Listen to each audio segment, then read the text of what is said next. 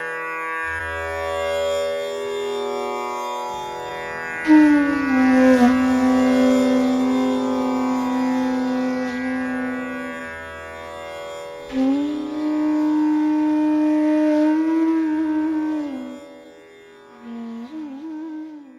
1. अर्जुनाचा रुबाब. गीतेकडे नाट्य म्हणून पाहावं. संजय या नाटकाचा निवेदक आहे आणि हा निवेदक आपल्या सर्वांना सोपं जावं म्हणून कृष्ण अर्जुनांच्या संवादामधील आपल्याला दिसू न शकणाऱ्या हालचालींचं, आजूबाजूच्या वातावरणाचं, हावभावांचं वर्णन करतो आणि म्हणूनच संजय ऑडिओ व्हिज्युअल्स. तुम्ही डायरेक्टर आहात असा विचार करा. मस्त वाईड अँगल आहे. आकाशातून ड्रोन वापरून या सीनचे चित्रीकरण केले आहे. आताचा जो सीन आहे तो युद्धभूमीवरचा आहे. कुरुक्षेत्रांवर सैनिकांचा महासागर पसरलेला आहे आणि या दोन्ही महासेनांचे छान वेगवेगळे नेटके भाग केले आहेत. काय एंट्री आहे बघा दुर्योधनाची. तुम्ही म्हणाल की गीतेची सुरुवात धर्मक्षेत्रे कुरुक्षेत्रे या धृतराष्ट्राच्या वाक्याने होते. दुर्योधन उवाच असं तर कुठे गीतेमध्ये नाही. मग हे कुठून आलं? आपण दुर्योधनाच्या एंट्रीकडे का लक्ष देतोय? सेनेकडे पाहून दुर्योधन जे सांगतो तो 11वा श्लोक आपण असं मध्येच का बघणार? आपण आधीच ठरवलंय की कृष्ण अर्जुन यांचा संवाद समजावून घेण्यासाठी जे आवश्यक श्लोक आहेत तेच आपण पाहणार आहोत. नाटकाच्या सूत्रधाराने म्हणजे संजयाने हे वर्णन केलंय. पुढे अर्जुन स्वतःच्या मस्तीत काहीही गरज नसताना दुर्योधनाची कशी निंदा करतो, त्याचे स्वतः अर्जुनावरच काय परिणाम होतात हे समजून घेण्यासाठी आधी दुर्योधनाचं पात्र दिसायला नको का या नाटकामध्ये? जर हा श्लोक डायलॉग म्हणून नाटकात किंवा सिनेमात वापरला गेला ना तर इथे फक्त दुर्योधनाचा आवाज असेल, पण तो स्वतः रंगमंचावर दिसणार नाही. या श्लोकात दुर्योधन म्हणतो, अयनेषु च सर्वेषु यथा भागम अवस्थिताः भीष्म एव अभिरक्षन्तु भवन्तः सर्व एव हि. म्हणून सर्व सैन्यातील प्रवेशद्वारांमध्ये, आघाड्यांमध्ये आपापल्या नेमलेल्या जागी उभे राहून आपण सर्वांनी मिळून भीष्म पितामह यांचे सर्व बाजूंनी रक्षण करावं. म्हणजे दुर्योधन सांगतोय सगळ्यांना की आपण सर्वांनी भीष्मांचं रक्षण करूया, कारण तेच आपल्या सैन्याला सांभाळणार आहेत. ज्याने आपणा सर्वांचा प्रतिपाळ केला त्यांचे आज आपल्याला रक्षण करायचंय, कारण तेच आपल्या सेनेची धुरा सांभाळणार आहेत. इथे व्यक्त होणारा दुर्योधन एक स्वार्थी राजकुमार सुद्धा असू शकतो किंवा आपल्या वडीलधाऱ्यांची काळजी घेणारा एक तरुण सुद्धा. पहिला अध्याय 20व्या श्लोकांपर्यंत स्टेज पोझिशन सांगतो. पहिल्या अध्यायामधला हा सगळा भाग लाईट, साऊंड, पोझिशन्स असा आहे. मग तो तसाच बघूया की. श्लोक म्हणून कशाला बघायचं त्याच्याकडे? कोणी कोणकोणते शंख वाजवले याचं वर्णन केलं आहे त्याच्यामध्ये. मग हे श्लोक हात जोडून कशाला म्हणायला हवेत? अहो, हे नाटकाचं ओपनिंग आहे.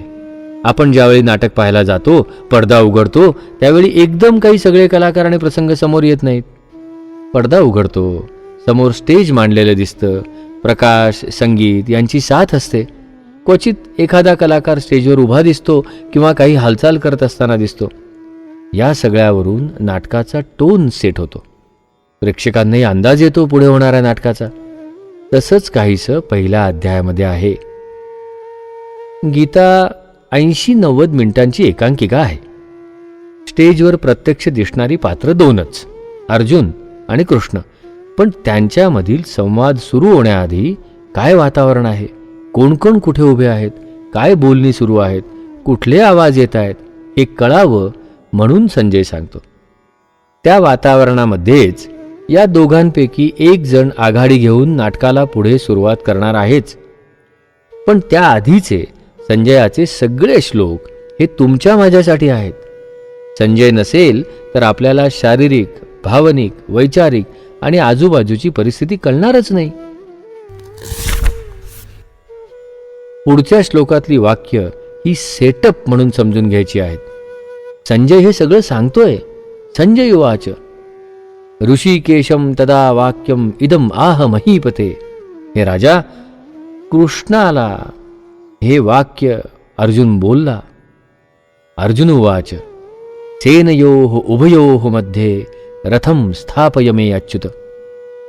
हे अच्युता, हे कृष्णा, माझा रथ समजून घ्या, माझा रथ दोन्ही सैन्यांच्या मध्यभागी उभा कर. इथे अर्जुनाची एंट्री आहे. फुल स्पॉटलाइट. सिनेमा पाहत असाल तर क्लोजअप, वाईड अँगल कॅमेरा 7 औक्षहिणी आणि 11 औक्षहिणी सेनेवरून अर्जुनावर आला. सगळ्यांवरचा फोकस आता अर्जुनावर आला. या श्लोकात अर्जुन माझा रथ दोन्ही सेनांच्या मधोमध उभा कर असं कृष्णाला सांगतो. पहा, या वाक्यामधला माझा या शब्दानेच पुढच्या नाटकाची कल्पना दिली. कल्पना करा की तुम्ही तुमच्या गाडीमध्ये आहात. तुमचा ड्रायव्हर तुमची गाडी चालवतोय. माझी गाडी त्या सिग्नल जवळ घेऊन चल असं सांगता का तुम्ही? माझी गाडी असं म्हणता की आपली गाडी असं म्हणता की नुसतंच गाडी असं म्हणाल? इथे अर्जुनाचा अहंभाव दिसतो. गाडीचा ड्रायव्हर कृष्ण आहे असं असताना सुद्धा माझी गाडी किंवा माझा रथ म्हणणारा अर्जुन कसा असेल त्यावेळी, हे समजून घ्यायचं. अशा अर्जुनाची पुढची वाक्य पहा, म्हणजे मी काय म्हणतोय ते कळेल.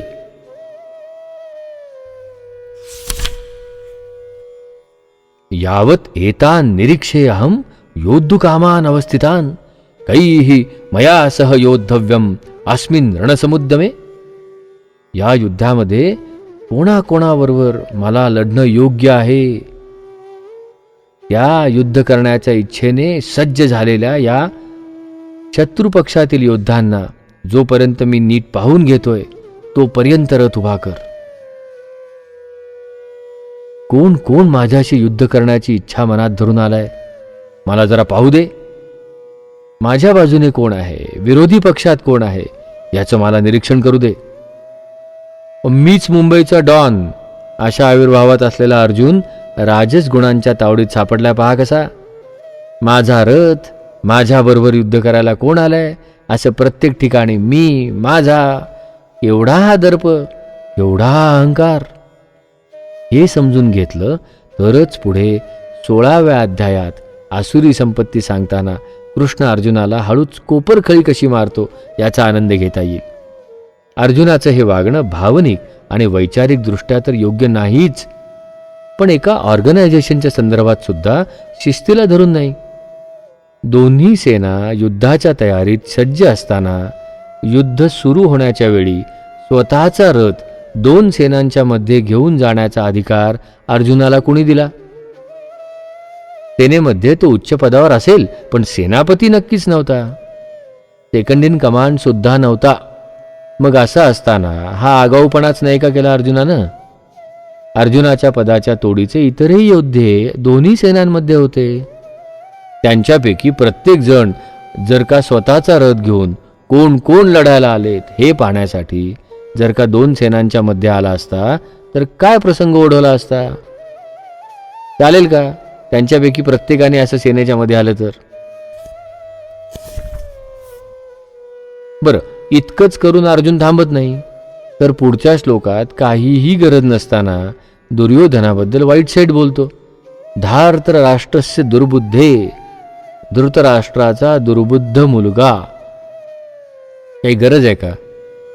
दुर्योधनाच्या बाजूने त्याला खुश करण्यासाठी कोण कोण आलाय ते मला पाहू दे, असं अर्जुनाचं वाक्य.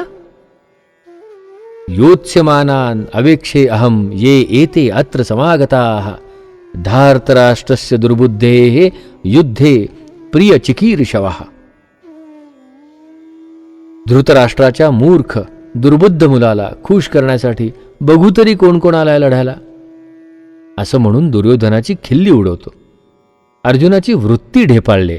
जाता जाता दुर्योधनाला कशाला वाईट साईड बोलायचं? अर्जुनाची ही वाक्य भावनेसह कळली तर नंतर काही वेळा कृष्ण हळूच का हसला हे आपल्याला कळतं. नक्कीच त्यावेळी कृष्णाला पहिल्या अध्यायातील अर्जुनाचे हे बोल आठवले असणार. उगाच नाही हसला कृष्ण. आणि म्हणूनच बरेच वेळा हा पहिला अध्याय म्हणजे अर्जुन विषाद योग नसून अर्जुन विनोद योग आहे असं मी गंमत म्हणून म्हणतो. गीतेतील संदर्भ प्रत्येक वेळी पहिल्या अध्यायाशी येऊन जोडला गेलाय, अगदी एखादा फ्लॅशबॅक असावा तसा. अर्जुनाला असं विचारावं असं वाटत होतं मला की बाबा रे, ज्यांचा तू मनापासून आदर करतोस असे तुझे आजोबा सुद्धा दुर्योधनाच्या बाजूने युद्धाला उभे आहेत. द्रोणाचार्य ते तर तुझे गुरु, ते पण तिथे आहेत. मग या सगळ्यांची सुद्धा तू तुझ्या नकळत चेष्टा केलीस की रे बाबा? तुला असं वाटतं का की या दोघांवर दुर्योधनाला खुश करण्याची वेळ आली? आणि काही तुझी भाषा रे, केवळ तुझ्याशी युद्ध करायला आले आहेत हा अहंकार का? बाकी नाही का रे कोणी इथे? मी बोलणारच होतो हे अर्जुनाला, तितक्याच कृष्णवाला म्हणाला, थांब, बोलू दे त्याला. अशा वेळी माणसाला थांबू नये, थोडं थांब आणि बघ पुढची गंमत. संजय उवाच तत्र अपश्यत स्थितान पार्थ पितॄन अथ पितामहान आचार्यान मातुलान भातॄन पुत्रान पौत्रान सखीन तथा श्वशुरान सुहृदः च एव सेनयोः उभयोः अपि तान समीक्षस कौन्तेय सर्वान बंधून अवस्थितान कृपया परया आविष्ट विषीदन इदं बब्रवीत. त्यानंतर त्या ठिकाणी अर्जुनाने उभे असलेले काका, आजे, पणजे, गुरु, मामे, भाऊ, मुलगे, नातू तसेच मित्रांना पाहिलं. तो अर्जुन दोन्ही सैन्यांच्या मध्ये उभे असलेल्या त्या सासरे, स्नेही आणि एकंदरच सगळ्या नातेवाईकांना पाहून करुणेने अत्यंत कीव येऊन व्याकुळ होऊन शोक करीत पुढे म्हणाला. अर्जुनाला सगळे समोर दिसायला लागले. आता इथे समजून घ्यायचं की अर्जुनाच्या शारीरिक, मानसिक आणि बौद्धिक स्थितीचं हे वर्णन आहे. कुरुक्षेत्राच्या मधोमध उभ्या असलेल्या अर्जुनाचा मात्र पुरता गोंधळ उडायला लागलाय. अर्जुनाला आजोबा दिसले, गुरु द्रोणाचार्य दिसले, मामा, चुलते, भाऊ, सासरे सगळीकडे आपलीच माणसं दिसू लागली. तो खरं तर प्रतिस्पर्धी बघण्यासाठी, शत्रू सैन्य बघण्यासाठी रथ 2 सैन्यांमध्ये घेऊन आला होता. पण आता त्याला समोर दिसत होते ते स्वजन, वडीलधारी मंडळी, गुरु, मित्र असे सगळे प्रियजन दिसायला लागले. मारणारेही आपलेच आणि जे मारले जाणार तेही आपलेच. हे बघून अर्जुन ढासळला आणि अत्यंत दयनीय अवस्थेमध्ये कृष्णाला काही सांगू लागला असं संजय वर्णन करतोय. हे जे सगळे श्लोक आहेत ना, ते संजयाने केलेले वर्णन आहे. संजयाची व्यवस्था का केली आहे, त्या श्लोकांचा नक्की आपण कसा उपयोग करून घ्यायचा हे आपण आधी पाहिलंय. संजय सूत्रधार आहे इथे. संजय धृतराष्ट्रासाठी कॉमेंट्री किंवा समालोचन करतोय. आता गंमत पहा कशी होते. लोक हे श्लोक घोकून घोकून पाठ करून घेतात. म्हणणाऱ्याला वाटतं आपण देवाचं म्हणतोय, खरं काय सांगितलं आहे ते बाजूलाच राहतं. गीता म्हणताना पहिल्या अध्यायामधलं स्टेज सेटिंग विसरतो आपण, त्यामुळे त्यातलं नाट्य सुद्धा कळत नाही. आणि म्हणून हा संवाद समजावून न घेता पाठांतराच्याच मागे लागतो. अहो, कृष्ण तिथे प्रत्यक्ष होता, त्यामुळे त्याला हे सगळं प्रत्यक्ष अनुभवता येत होतं. पण आपण तिथे नव्हतो, आपण तिथे नाही, म्हणून संजयाची योजना आपल्यासाठी आहे. पुढे प्रत्येक वेळी संजय जिथे जिथे बोलतो तिथे तिथे आपल्याला ती आठवण केल्यासारखी आहे. आपण तिथे नव्हतो म्हणून संजयाची योजना झाली. म्हणजे पुढे प्रत्येक वेळी ज्या ज्या ठिकाणी संजय बोलतो गीतेमध्ये, त्यावेळेला एवढं लक्षात ठेवायचं की तो आपल्या शारीरिक, मानसिक, बौद्धिक आणि सभोवतालच्या प्रॉपर्टीचं, रंगमंचाचं वर्णन करतोय. नाटकामध्ये कंसातली वाक्य जर नट बोलायला लागले तर कसं होईल? त्यामुळे गीता शिकताना आणि शिकवताना याचा विचार नाट्य म्हणून करायचा आहे. धृतराष्ट्र नसता तर संजयाने हे वर्णन केलं असतं का?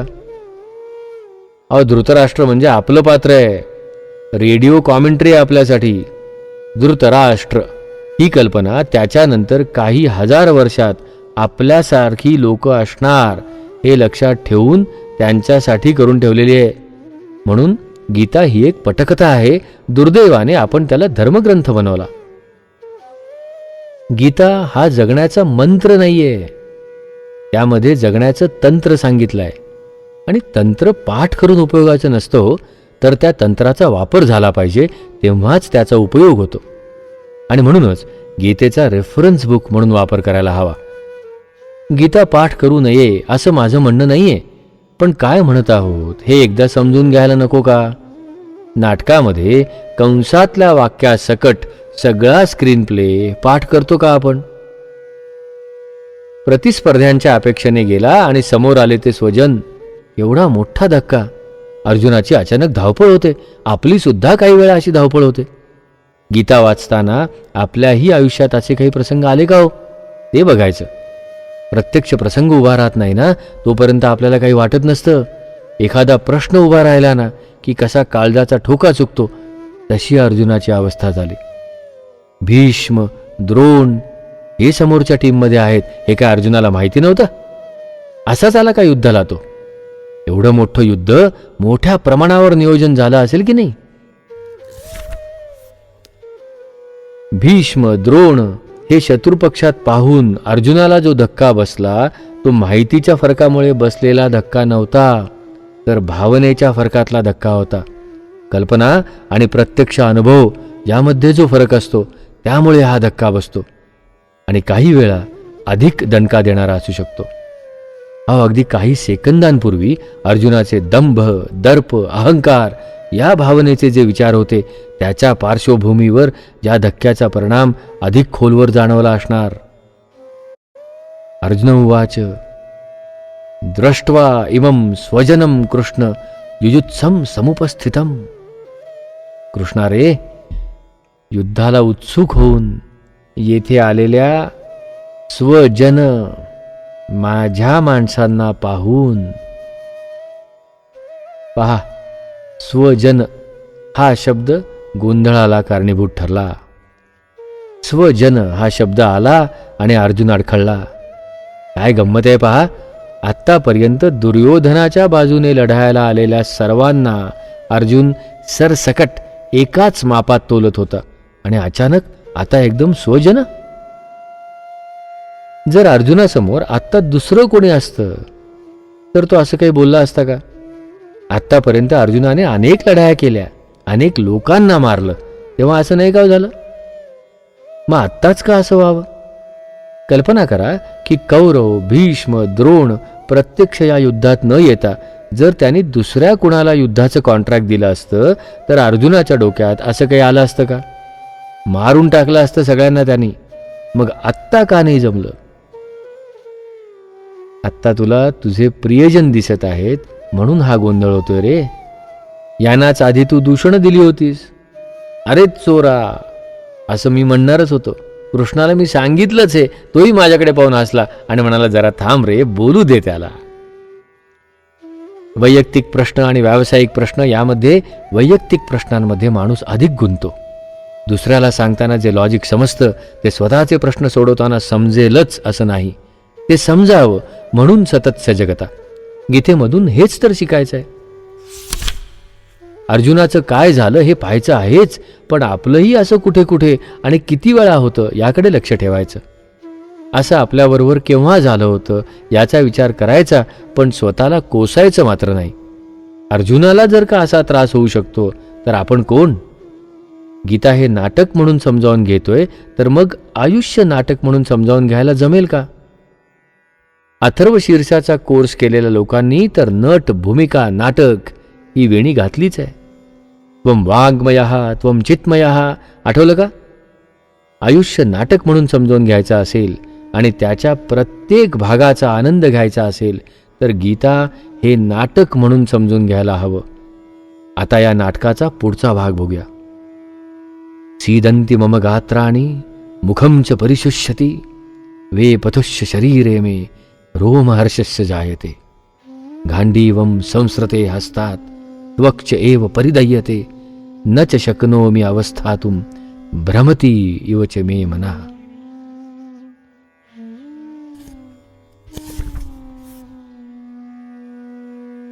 माझी सगळी गात्र गळून जात आहेत. तोंडाला कोरड पडू लागले. कंप सुटला आहे. माझ्या शरीरावर रोमांच उठलेत. माझं आवडतं असं गांडीव धनुष्य हातातून गळू लागलाय. मन सुद्धा भरकटल्यासारखं झालंय आणि आता मी उभा सुद्धा राहू शकत नाही. कृष्णा, अरे घाबरायला झालाय मला. हात थरथरायला लागलेत माझे.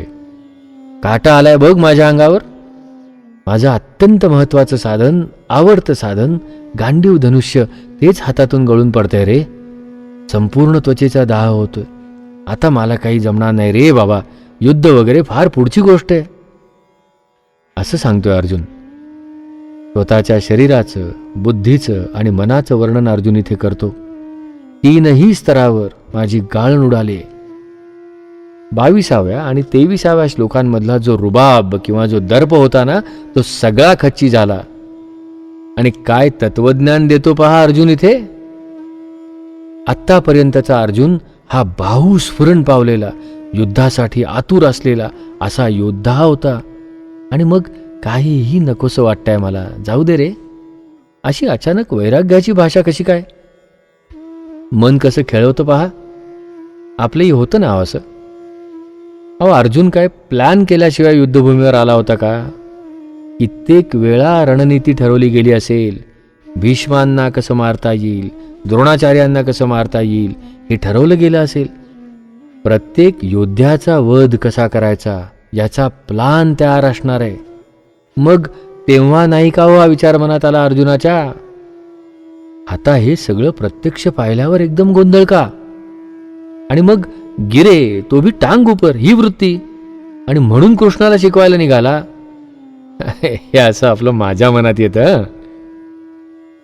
न कांक्षे विजयम कृष्ण न च राज्यम सुखानि च किम न राज्येन गोविंद किम भोगैहि जीवितेन वा. अरे कृष्णा, विजयाची वगैरे काही इच्छा नाही रे. आणि राज्य सुख याची कधीच इच्छा नाही. राज्य घेऊन काय करायचं, उपभोग घेऊन तरी काय करायचं, या जगण्याचंच काय करायचं. मला युद्ध जिंकून राज्य नको. काय करायचं त्या राज्याचं, काय करायचं त्या वैभवाचं. हे असं अर्जुन बोलल्यावर कृष्ण मनातल्या मनात काय बोलला असेल याची आता आपण कल्पना करू. एक गंमत म्हणून कृष्ण मनातल्या मनात म्हणाला असेल, अरे इतकंच होतं तर मग आधी का नाही सांगितलंस. आता हे सगळं प्लॅनिंग केलं आणि आता एकदम अशी उपरती. मनाचं ढोंग आहे तुझ्या. आणि तुला कोणी सांगितलं की युद्ध झालं की तुलाच राजा केला जाणार आहे म्हणून. एक कल्पना करा. 2 मित्र आहेत. एका मित्राने व्यवस्थित प्लॅनिंग करून जमवाजमवी करून दुसऱ्या मित्राची इच्छा होती त्या मुलीबरोबर त्याचं लग्न लावून द्यायचा घाट घातला. आणि अचानक लग्नाच्या दिवशी तो मित्र मला लग्नच करायचं नाही असं म्हणाला. तर तो मित्र वैतागून म्हणेल की नाही, अरे मुलगी बघण्याचा कार्यक्रम झाला तेव्हा तू काहीही बोलला नाहीस. मारे चहा पोहे हादडून आलास. साखरपुडा झाला, लग्नाचा मुहूर्त ठरला, हॉल बुक झाला, पत्रिका छापल्या. अरे अगदी व्हॉट्सअपवरून व्हिडिओ इन्व्हिटेशन पाठवलीस, त्याही वेळी तू काही बोलला नाहीस. लग्नाच्या दिवशी भराभरा आवरून सकाळी मंडपात आलास. कोण कोण आलाय माझ्या लग्नाला बघू असं म्हणत सगळीकडे स्वतःला मिरवलंस. सगळ्यांना हात हलवून हाय बाय केलंस. आणि आता लग्न लागायच्या आधी तुला हे संन्यासाचे डोहाळे काय रे असं आलं असेल की नाही कृष्णाच्या मनात. तुम्ही जर का त्या मित्राचे मित्र असता आणि हा सगळा अनुभव तुम्हाला आला असता तर चिडचिड नाही का होणार तुमची. हे जाणून घेतल्याशिवाय गीतेमधले संवाद कळणार नाहीत, त्यातलं नाट्य समजणार नाही, आनंद घेता येणार नाही. कृष्ण सुद्धा वैतागला असेल अर्जुनाचं असं वागणं पाहून. पण कृष्ण तरी देखील शांत होता, निरीक्षण करत होता अर्जुनाचं. हाच तो संवादासाठी आवश्यक असणारा धीर. त्याने अर्जुनावर ताशेरे ओढले नाहीत. अर्जुनाने सुद्धा प्रामाणिकपणे सांगितलं, नाहीतर ढोंग करणं जमलं नसतं का त्याला. सहज जमलं असतं अर्जुनाला.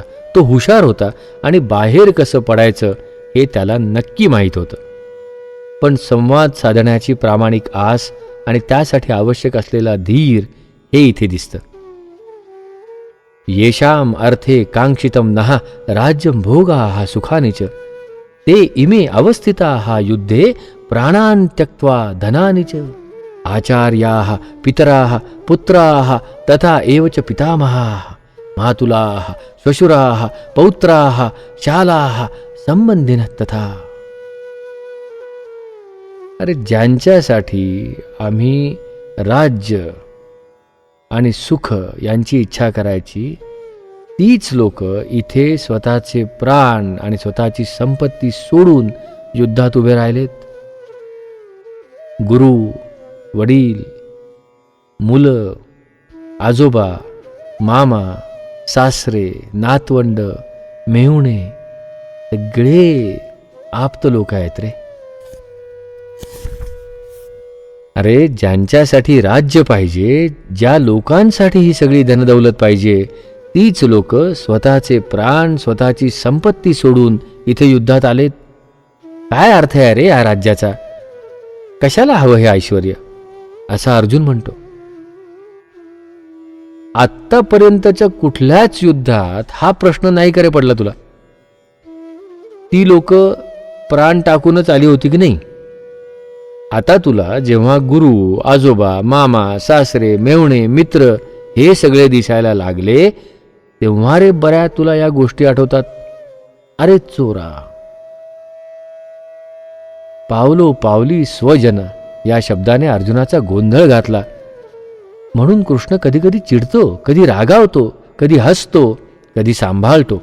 मायेने, प्रेमाने अर्जुनाला योग्य तो निर्णय घेण्यासाठी मदत करतो. एका शब्दाने गोंधळ घातला पहा, स्वजन. हे स्वजन नसते तर युद्ध जिंकून पुढे गेला असता की नाही अर्जुन? हा झाला भावनिक स्तरावरचा गोंधळ. पण बौद्धिक स्तरावरच ध्येय उद्दिष्ट यामध्ये केवढा मोठा गोंधळ होता अर्जुनाचा. आता हे कुणी सांगितलं अर्जुनाला की तू इथे आला आहेस ते राज्य जिंकण्यासाठी? पहा काय खेळ आहे सगळा. युद्धात हाच जिंकणार आणि युद्ध जिंकलं की लगेच आपण राजा होणार हे अर्जुनानेच ठरवलं. मुळात केवळ राज्यासाठी युद्ध करतोय हाच ध्येय उद्दिष्टांचा गोंधळ अर्जुनाला समजत नव्हता. कृष्ण म्हणूनच त्याला सांगतो की तू तुझं काम कर आणि बाहेर हो. अर्जुन कशाशी प्रामाणिक होण्याच्या गप्पा मारतोय? कामाशी, लोकांशी की स्वतःशी? यातून निर्माण झाले ते अर्जुनाचे प्रश्न.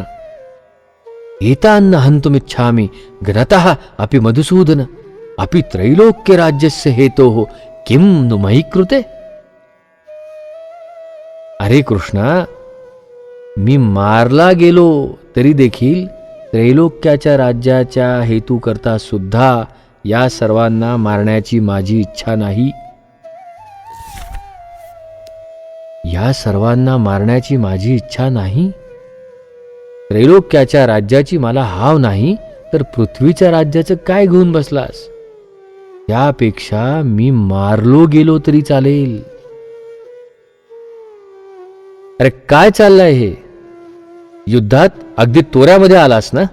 कोण कोण आलाय लढायला म्हणून तुझा रथ अगदी रुबाबात 2 सैन्यांच्या मध्ये न्यायला सांगितलास मला.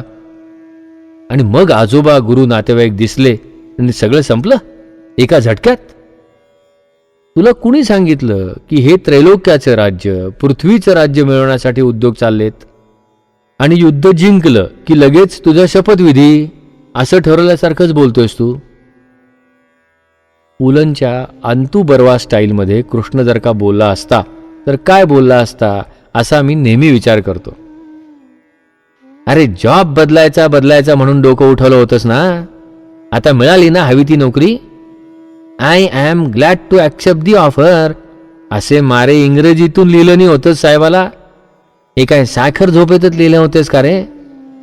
खूप काम केलं आजवर, आता स्वतःकडे बघायला वेळ हवा असं म्हणत होतास म्हणून हा जॉब घेतलास ना. आता पगार कमी, हुद्दा नाही म्हणून रडून काय उपयोग शिंच्या? जॉब मिळाला की म्हणायचं घरापासून लांब आहे, घराजवळ जॉब आला की म्हणायचं सॅलरी कमी आहे. अरे तू ठरव ना तुला नक्की काय पाहिजे. असं कृष्ण म्हणाला असेल असं मला वाटतं. बघा, प्रोजेक्ट चार्टरमध्ये प्रोजेक्ट ऑब्जेक्टिव्ह आणि बिझनेस बेनिफिट डिटर्मिनेशन यामध्ये गोंधळ झाला की पुढची अवस्था ही अशीच होते, हे पहिल्या अध्यायातल्या 33व्या श्लोकात कळतं. या युद्धाचं प्लॅनिंग करताना एकदा तरी आपण असं म्हटलं होतं का रे, की तुला राज्य मिळणार आहे, तू राजा होणार आहेस, म्हणून हे युद्ध करतोय आपण. अरे तो धर्मराजा काय नुसताच बसलाय का तिथे? तू सुद्धा मोठा भाऊ म्हणून त्यालाच राज्य देशील की नाही? आणि हे सगळं आत्ताच तुझ्या डोक्यात कसं रे येतं? विजन न ठरवल्याचे किंवा ठरवून विसरल्याचे हे परिणाम आहेत.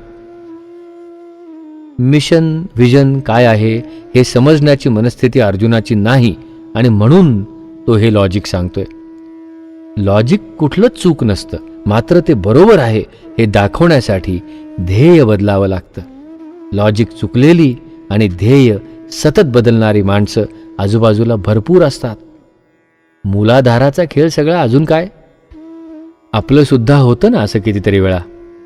एक वैतागलेला धक्का बसलेला मित्र त्याच्या एका छान मित्राबरोबर गप्पा मारतोय. त्या गप्पा गोष्टी रूपातून समजून घ्यायला हव्यात. मग अर्जुन काय काय युक्तिवाद करतो. अजूनही वेळ गेलेली नाही, आपण हे सगळं थांबूया, मी संन्यास घेईन, मी निघून जातो, वगैरे वगैरे. ते पुढे पाहू. आपलीच माणसं मारली जाणार आहेत, रक्तपात होणार आहे, हे सगळं अर्जुनाला माहीत नव्हतं का? मग तरीही आता हे माघारी फिरणं का?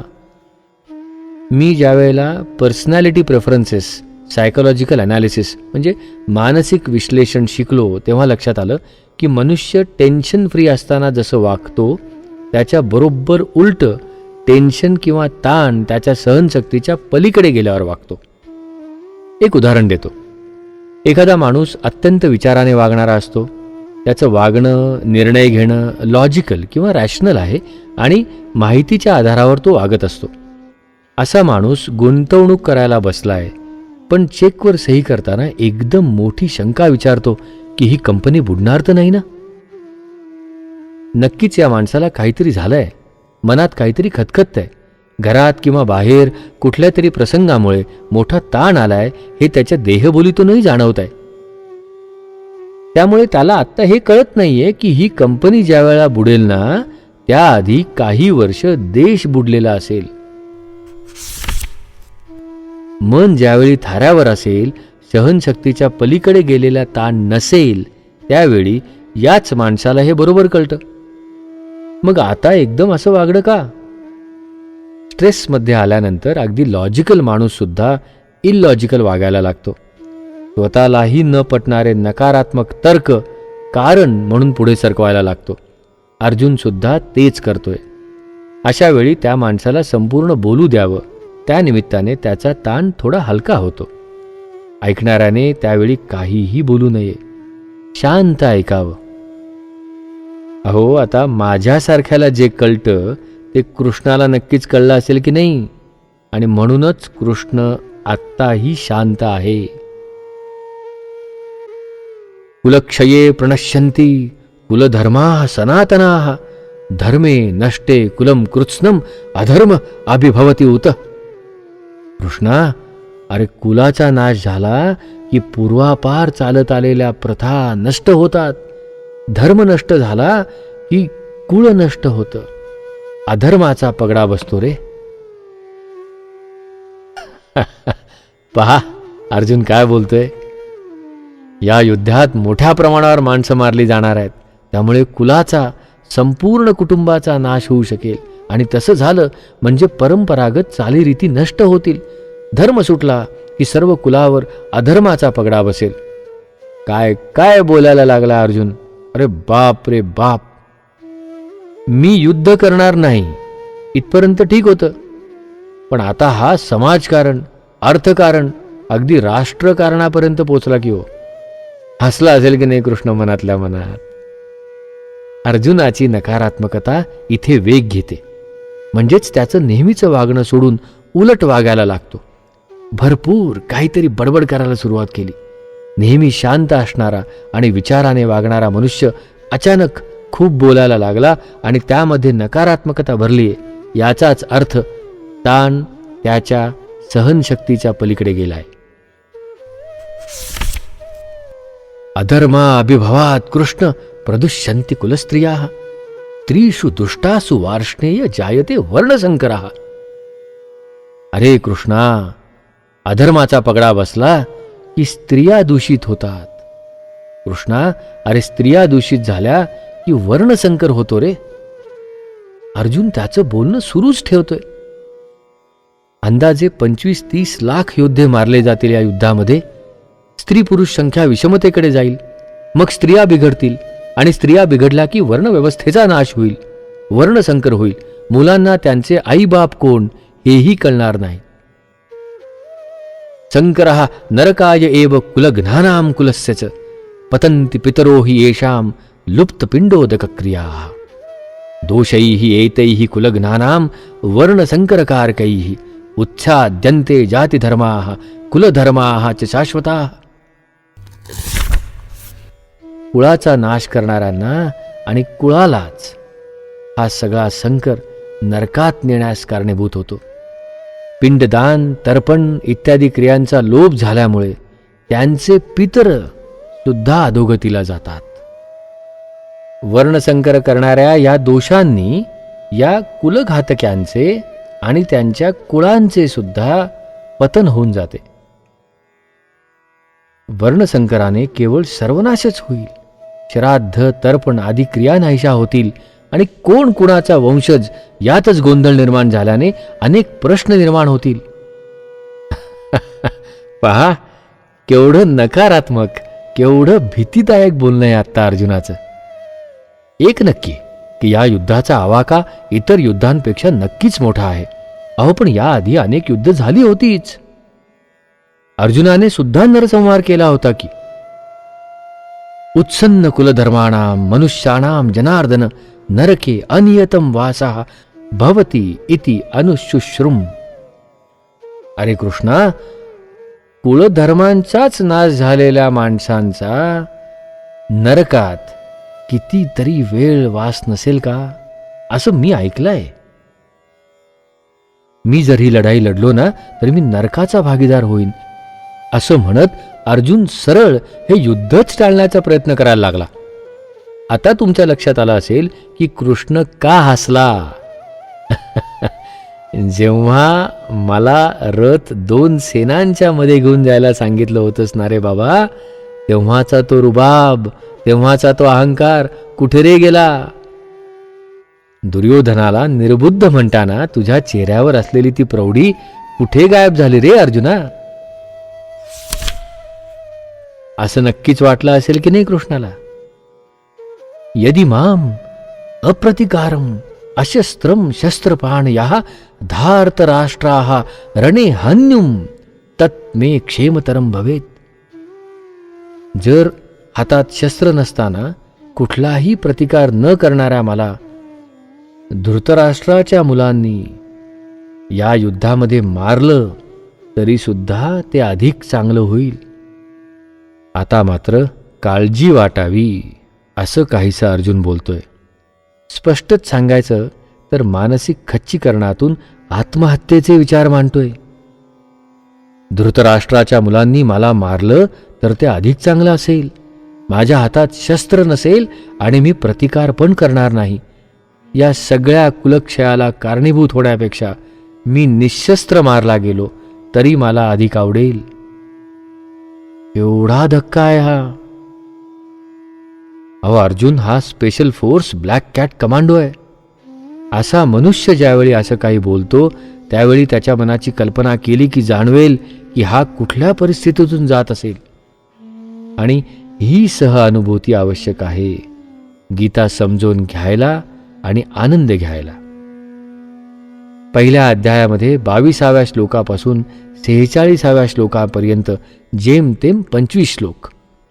अगदी 8 ते 10 सेकंदाला एक श्लोक किंवा एक वाक्य अर्जुन बोलला असेल असं जरी मानलं तरी जास्तीत जास्त 4 ते 5 मिनिटं होतात. आणि तेवढ्यात होत्याचं नव्हतं झालं. एवढ्या रुबाबात आला होता हा गडी युद्धाला. आणि आता काय बोलतोय? एवढा धक्का बसला. याला अनेक कारणं असू शकतील. कृष्ण आत्ता काही बोलत नाही, पण त्याला विचारलं तर तो आपल्याला सांगेल. एक तर अर्जुनाने नको ते पाहिलं. समोर योद्धे आहेत, त्यांना याने नातेवाईक म्हणून पाहिलं. समोर उभे आहेत ते भीष्म सेनापती आहेत, पण याने आजोबा म्हणून पाहिलं. नाटक आणि भूमिका याचा गोंधळ झाला अर्जुनाचा. नट त्याचं नाटकच विसरला. भूमिका विसरलेला हा अर्जुन म्हणून सैरभैर झाला आणि नाटक सोडून जातो असं म्हणायला लागला. दुसरं म्हणजे हे युद्ध नक्की कशा करता, याचं ध्येय उद्दिष्ट काय हेच विसरला आणि नको त्या जबाबदाऱ्या अंगावर घेऊन जे करायला हवं ते करेनासा झाला. संजय उवाच एवं उक्त्वा अर्जुनः संख्ये रथोपस्थे उपाविशत् विसृज्य स शरं चापं शोकसंविघ्न मानसः. रणभूमीवर शोकामुळे मन सैरभैर झालेला, उद्विग्न झालेला अर्जुन असं बोलून धनुष्य बाण सोडून देऊन टाकून देऊन रथाच्या मागच्या भागी बसला की हो. आला पुन्हा आपला कंसातला श्लोक. पुन्हा संजय वर्णन करतोय. हातातलं धनुष्यबाण सोडून देऊन अर्जुन खाली बसला. कसा बसला, कुठे बसला? ज्यांनी अथर्वशीर्षाचा कोर्स केलाय त्यांना मूलाधाराचा खेळ नक्की माहिती असणार. अर्जुनाला जगायची पण इच्छा राहिली नाही. अशा अत्यंत कीव यावी अशा स्थितीत तो बसला. आत्महत्येकडेच निघाला की हो अर्जुन. असाच बसून राहिला असताना तर कौरवांनी कदाचित मारला सुद्धा असता याला, आणि त्यात त्यांची काहीच चूक नाही. युद्धासाठी आला आहेस ना, मग योद्ध्यासारखं वाग. पलीकडे उभा आहे तो शत्रूच आहे. तो तुला भाऊ म्हणून बघत नाहीये. तूच नाटकात चुकीची भूमिका करायला निघाला आहेस.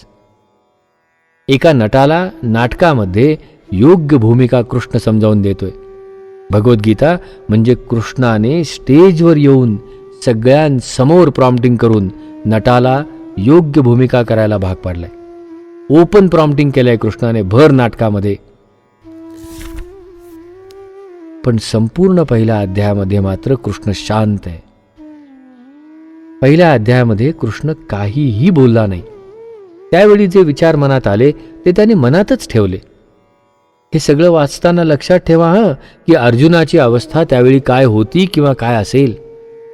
कृष्ण ज्यावेळी बोलेल त्यावेळी तो कसा हावभाव करेल, कसा बोलेल, तो कुठे उभा असेल की बसला असेल हे समजावून घेतलं तरच संवाद कळेल. आपल्या मनात पण एक थैमान सुरू असतं. काही म्हणा त्याला, स्व म्हणा, एनर्जी म्हणा, इंट्युशन म्हणा, विजन म्हणा, आतला आवाज म्हणा. अशा थैमानाच्या वेळी आपण दोघे असतो. अथर्वशीर्षाचा कोर्स ज्यांनी केलाय त्यांना आता कळलं असेल की मी समोर आरसा कशाला धरायला सांगतो. आतला आवाज असतोच, तोच कृष्ण. बाहेरचा आवाज सुद्धा असतो. लॉजिक कोण देतं असतं आपल्याला? बाहेरचा आवाज. मारतो कोणाला? बाहेरचा आवाज आतल्या आवाजाला. मग मारून द्यायचं नाही. कृष्णाचा संवाद जसा ओपन झाला, मोकळा झाला, तसा येऊ दे आतला आवाज आणि बाहेरचा आवाज. आणि म्हणूनच त्यावेळेला मी एक ट्रिक सांगितली होती. येणाऱ्या विचारांना कागदावर लिहा. पटकथा लिहायची ना. डायलॉग बघू कोणाला द्यायचे ते नंतर. लिहून तर काढ तू थीम आधी, मग बघू हे डायलॉग घ्यायचे की नाही. असं आहे हे सगळं. अर्जुनाचं बोलून झालंय आता. कृष्ण बोलायला सुरुवात करेल आणि तो अर्जुनासह आपल्याला सुद्धा आश्चर्याचा धक्का देईल हे नक्की. ते आपण पुढच्या प्रकरणामध्ये पाहणार आहोत.